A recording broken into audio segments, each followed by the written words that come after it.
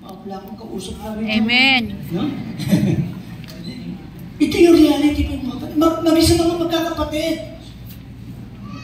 Yung karapatan, ang ini-insist. At dahil ang bawat isa nais ipilit yung kanyang karapatan. Walang gusto magbigay.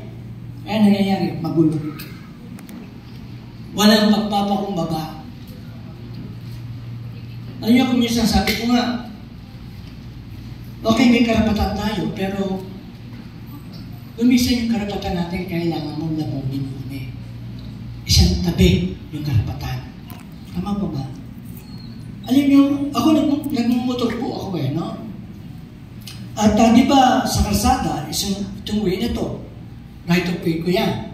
Yung kabila, sa kasalubong. Minsan may makakasalubong mo, kinakain yung right of way ko. Pero ay, right of way ko to. Ba? Wala na, nabangga na ako. Ano pa karapatan mo? Di ba? Ano ginagawa ko? Pag nakita ko yan, tatabi na ako. Boom! Oh. Eh kung sinalubong kayo, sasabihin ko sa hospital ako, karapatan ko yan. Iisip mo ba yan? Hindi na. Kaya kung minsan mga kapatid, yung ating karapatan, isang tabi mo muna. Karapatan. No? Minsan hindi po natin ipilit yung ating karapatan. Sino po nakakaano nga sa sinasabi ko? Alam niyo, pag ginawa natin yung pagkakaroon ng kapayapaan sa ating tahanan. Amen? Amen. Hindi natin palampakan ng Panginoon.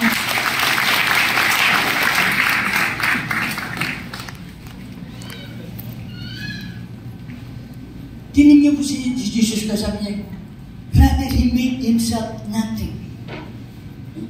This is humility.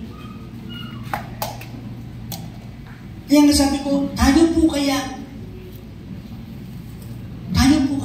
ako, kayo, paano natin ipinapakita yung ating pong wisdom? No? Paano po natin pinapakita yung wisdom? Alam niyo po yung humility. Ito pinipulay-pulay ko kasi kumisa ng humility. Alam natin pagpapakumbaba, pero hindi lahat ng tahimik may humility. Hello? Ha? Naniniwala kaya? Hindi ka kumikibo. May humility ka na. Wala ka naman dyan. Hindi nga nakibo, tahimik ka. Pero ang loob naman, ang isip. Yan na naman. Hello? Diba? Hindi po lahat. Ano po ibig sabihin ng humility? Pagpapakumbaba, pagpapasakop, pagsunod, pagpapailalim. Yun po yung humility. Nakita po natin ito sa ating Panginoon nung siya po ay before na ipako sa cross. Matatandaan po natin na yung kanyang sarili, tigib po siya, bagabag po siya. Bakit? Alam niya na malapit na yung oras niya na siya po'y ipapako sa cross. At hindi po kailan ni Jesus Christ ano yung nararanasan ng taong nakapako sa cross. Alam nila yun. Sapagkat yung panahon nila, ang capital punishment, yung pinakmabigat na parusa na ginagawa sa taong makasalanan, pagpapako sa krus. Tag mo yun, ipinapako ko sa krus, nakabilad ka sa harap ng madla. Di ba? At hindi lamang yung hirap na nakabayubay ka doon sa krus. At hindi lamang yun, bago kayo pako, katakot-takot, tablet ang inabot mo. Sakit ng katawan, sakit ng kalooban. Di mo ba? Alam na yun eh. Kaya pagabag yung kanyang sarili. Kaya yung prayer niya, sabi niya, Ama, kung maaari, huwag ko nang daanan yung saro ng paghihirap. Ayaw niya. Meron bang gusto dito maghirap? Wala.